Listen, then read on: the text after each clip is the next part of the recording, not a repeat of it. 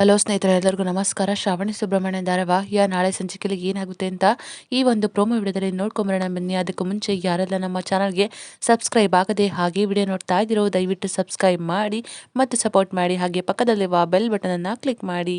ಸಂಚಿಕೆಯಲ್ಲಿ ಮೊದಲಿಗೆ ವೀರು ಅವ್ರಿಗೆ ವಿಜಾಂಬಿಕಾ ಮಾಡಿದಂಥ ಎಲ್ಲ ತಪ್ಪುಗಳು ಕೂಡ ಅರ್ಥ ಆಗುತ್ತೆ. ಜೊತೆಗೆ ಅವ್ರ ಬಣ್ಣನೂ ಕೂಡ ಬಯಲಾಗುತ್ತೆ. ಆಗ ತುಂಬಾ ಬೇಜಾರು ಮಾಡಿಕೊಂಡು ಜೊತೆಗೆ ಕೋಪನೂ ಕೂಡ ಮಾಡಿಕೊಂಡು ಮನೆಗೆ ಬರ್ತಾರೆ. ಮನೆಯವರೆಲ್ಲರೂ ಕೂಡ ಹಾಲಲ್ಲೇ ಇರ್ತಾರೆ. ಆಗ ವಿಜಾಂಬಿಕಾ ಅವ್ರನ್ನ ವೀರು ಅವರೇ ಕರೀತಾರೆ. ಅಕ್ಕ ಎಲ್ಲಿದ್ದೀರಾ, ಏನು ಮಾಡ್ತೀರಾ ಬನ್ನಿ ಅಂತ ಹೇಳ್ತಾರೆ. ಏನು ವೀರು ಬೆಳಗ್ಗೆಯಿಂದನೂ ಕಾಣಿಸ್ತಾನೆ ಇರಲಿಲ್ಲ, ಎಲ್ಲಿಗೆ ಹೋಗಿದ್ದೆ ನೀನು ಅಂತ ಹೇಳ್ತಾರೆ. ಆಗ ವೀರು ಅವರು ಏನಿಲ್ಲ, ಸ್ವಲ್ಪ ಕೆಲಸ ಇತ್ತು, ಅದನ್ನೆಲ್ಲ ಮಾಡಿ ಮುಗಿಸ್ಕೊಂಡು ಬರೋಷ್ಟೊತ್ತಿಗೆ ಇಷ್ಟೊತ್ತಾಯಿತು. ಆ ಕೆಲಸಗಳು ಹೇಗೋ ಮುಗೀತಲ್ಲ ಬಿಡಪ್ಪ ಅಂತ ಹೇಳ್ಬಿಟ್ಟು ಲಲಿತಾದೇವಿಯವರು ಹೇಳ್ತಾರೆ. ಇಲ್ಲ ಅತ್ತೆಯವರೇ, ಇನ್ನು ಕೆಲಸ ಮುಗ್ದಿಲ್ಲ, ಇನ್ನು ಮಾಡೋ ಅಂಥ ಕೆಲಸಗಳು ತುಂಬಾ ಇದೆ ಅಂತ ಹೇಳ್ತಾರೆ. ಆಗ ವೀರು ಅವರು ಮಾತಾಡ್ತಿರೋದಂತೂ ಎಲ್ರಿಗೂ ಕೂಡ ತುಂಬಾ ಆಶ್ಚರ್ಯ ಅಂತ ಅನ್ನಿಸ್ತಾ ಇರುತ್ತೆ. ಏನೂ ಅರ್ಥನೇ ಆಗ್ತಿರೋದಿಲ್ಲ.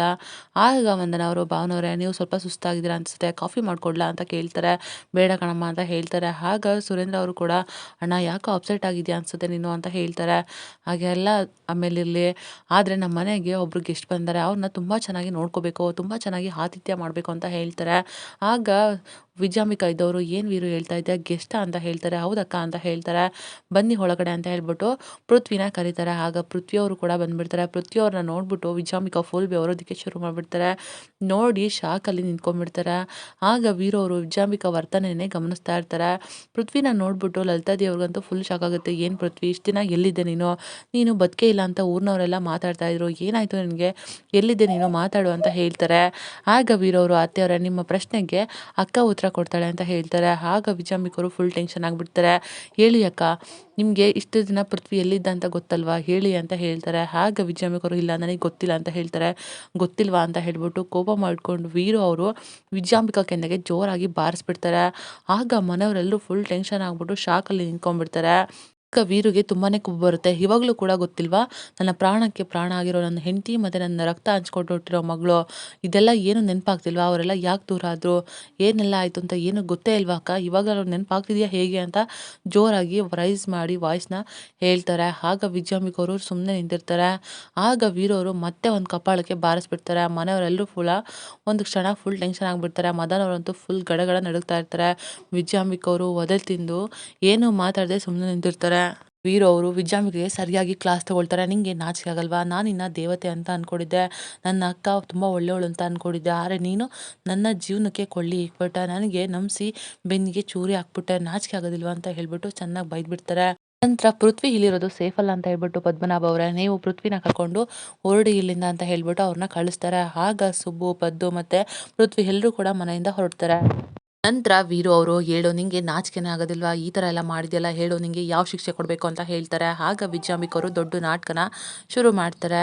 ವೀರು ದಯವಿಟ್ಟು ನನ್ನ ಕ್ಷಮಿಸ್ಬಿಡು ವೀರು ಅಂತ ಕಣ್ಣೀರು ಹಾಕ್ಕೊಂಡು ಕೈ ಮುಕ್ಕೊಂಡು, ಕ್ಷಮಿಸು ವೀರು, ನೀನೇನು ಶಿಕ್ಷೆ ಕೊಟ್ಟರು ಕೂಡ ನಾನು ಅನುಭವಿಸ್ತೀನಿ ಅಂತ ಹೇಳ್ತಾ ಇರ್ತಾರೆ. ಆಗ ವೀರು ಅವರು, ಸರಿ ಆಯಿತು, ಹಾಗಾದರೆ ನೀನು ಈ ಮನೆಯಿಂದ ಮೊದಲು ಹೊರಡು, ಮನೆಯಿಂದ ಹೊರಗಡೆ ಹೋಗು ಅಂತ ಹೇಳ್ತಾರೆ. ಆಗ ವಿಜಾಂಬಿಕವರು, ಹಾಗಾಗಬೇಕು ಅಂತ ಅಂದರೆ ನೀವು ಯಾರು ಕೂಡ ನನ್ನ ಕಣ್ಮುಂದೆ ಇರಬಾರ್ದು ಅಂತ ಹೇಳ್ತಾರೆ. ಆಗ ಎಲ್ಲರೂ ಕೂಡ ಫುಲ್ ಶಾಕ್ ಆಗುತ್ತೆ, ಏನು ಹೇಳ್ತಾ ಇದ್ದಾಳೆ ಇವಳು ಅಂತ.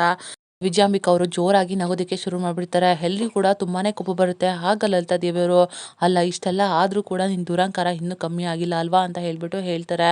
ನಂತರ ವೀರು, ನೀನು ಒಂದು ಕ್ಷಣನೂ ಕೂಡ ಲೇಟ್ ಮಾಡಬೇಡ, ಇವಳನ್ನ ಮೊದಲು ಮನೆಯಿಂದ ಆಚೆ ಹಾಕು ಅಂತ ಹೇಳ್ತಾರೆ.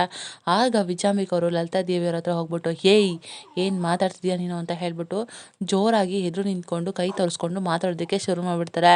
ಈ ಮನೆಯಿಂದ ಹೊರಗಡೆ ಹೋಗ್ಬೇಕಾಗಿರೋದು ನಾನಲ್ಲ ನೀನು ಅಂತ ಹೇಳ್ಬಿಡ್ತಾರೆ. ಆಗ ವೀರುಗೆ ಫುಲ್ ಶಾಕ್ ಆಗುತ್ತೆ. ನೀನು ಈ ಮನೆ ಅಳಿಯ ಅಂದರೆ ವೀರು ನಿನ್ನ ಅಳಿಯ, ಎಲ್ಲರೂ ಕೂಡ ಈ ಮನೆಯಿಂದ ಆಚೆ ಹೋಗಬೇಕು. ಯಾಕೆ ಅಂತಂದರೆ ಇದು ನನ್ನ ಮನೆ, ಯಾಕೆ ಅಂತಂದರೆ ನಾನು ಈ ಮನೆ ಎಲ್ಲ ಆಸ್ತಿನೂ ಕೂಡ ನನ್ನ ಹೆಸರಿಗೆ ರಿಜಿಸ್ಟರ್ ಮಾಡಿಸ್ಕೊಂಡಿದ್ದೀನಿ, ಅದಕ್ಕೆ ನೀವೆಲ್ಲರೂ ಕೂಡ ಈ ಮನೆಯಿಂದ ಆಚೆ ಹೋಗಬೇಕು ಅಂತ ಹೇಳ್ತಾರೆ. ಆಗ ವೀರು ಅವರು ಕೂಡ ನೆನಪು ಮಾಡ್ಕೊಳ್ತಾರೆ. ವಿಜಯಾಂಬಿಕಾ ಏನೋ ಮಸ್ಲತ್ ಮಾಡಿ ವೀರು ಅವ್ರ ಕೈಯಿಂದ ಸೈನ್ ಹಾಕ್ಸ್ಕೊಂಡಿರ್ತಾರೆ. ಅಷ್ಟೇ ಅಲ್ಲದೆ ಏನೋ ಒಂದು ನೆಪ ಹುಡುಕೊಂಡು ಶ್ರಾವಣಿ ಅವ್ರ ಹತ್ರನೂ ಕೂಡ ಆಸ್ತಿನ ಎಲ್ಲನೂ ಕೂಡ ಬರ್ಸ್ಕೊಂಡಿರ್ತಾರೆ ಮೋಸದಿಂದ. ಆಗ ವೀರು ಅವರು ಏನು ಮಾತಾಡದೆ ಸುಮ್ಮನಾಗ್ಬಿಡ್ತಾರೆ. ಮೊದಲು ಈ ಮನೆಯಿಂದ ಆಚೆ ಹೋಗ್ಬೇಕಾಗಿರೋದು ನೀವು, ಹೊರಡಿ ಅಂತ ಹೇಳ್ಬಿಟ್ಟು ಹೊರಗಡೆ ಕಳಿಸ್ತಾರೆ. ಆಗ ವೀರು, ಲಲಿತಾ ದೇವಿಯವರು, ವಂದನಾ ಮತ್ತು ಪಿಂಕಿ ಜೊತೆಗೆ ಸುರೇಂದ್ರ ಎಲ್ಲರೂ ಕೂಡ ಹೊರಗಡೆ ಹೊರಗಡೆ ಬರ್ತಾರೆ. ಆಗ ವಿಜಾಂಬಿಕಾ ಮತ್ತೆ ಮದನ್ ಇಬ್ರು ಸೇರಿ ಜೋರಾಗಿ ಡೋರ್ನ ಹಾಕ್ಕೊಂಡು ಒಳಗಡೆ ಹೋಗಿ ನಗ್ತಾ ಇರ್ತಾರೆ. ವೀರು ಅವರಂತೂ ತುಂಬಾನೇ ಬೇಜಾರು ಮಾಡ್ಕೊಂಡು ಎಲ್ಲರೂ ಕೂಡ ಮನೆಯಿಂದ ಹೊರಗಡೆ ಬಂದ್ಬಿಡ್ತಾರೆ. ವಿಜಾಂಬಿಕಾ ಎಲ್ಲರೂ ಕೂಡ ಮನೆಯಿಂದ ಹೊರಗಡೆ ಹಾಕ್ಬಿಡ್ತಾರೆ. ಇದಾಗಿತ್ತು ಈ ಸಂಚಿಕೆ. ನಮ್ಮ ವಿಡಿಯೋ ನಿಮಗೆ ಇಷ್ಟ ಆಗಿದ್ದಲ್ಲಿ ಒಂದು ಲೈಕ್ ಮಾಡಿ. ಮುಂದಿನ ವಿಡಿಯೋಗಳಿಗಾಗಿ ನಮ್ಮ ಚಾನಲನ್ನು ಸಬ್ಸ್ಕ್ರೈಬ್ ಮಾಡಿ ಮತ್ತು ಸಪೋರ್ಟ್ ಮಾಡಿ. Thank you.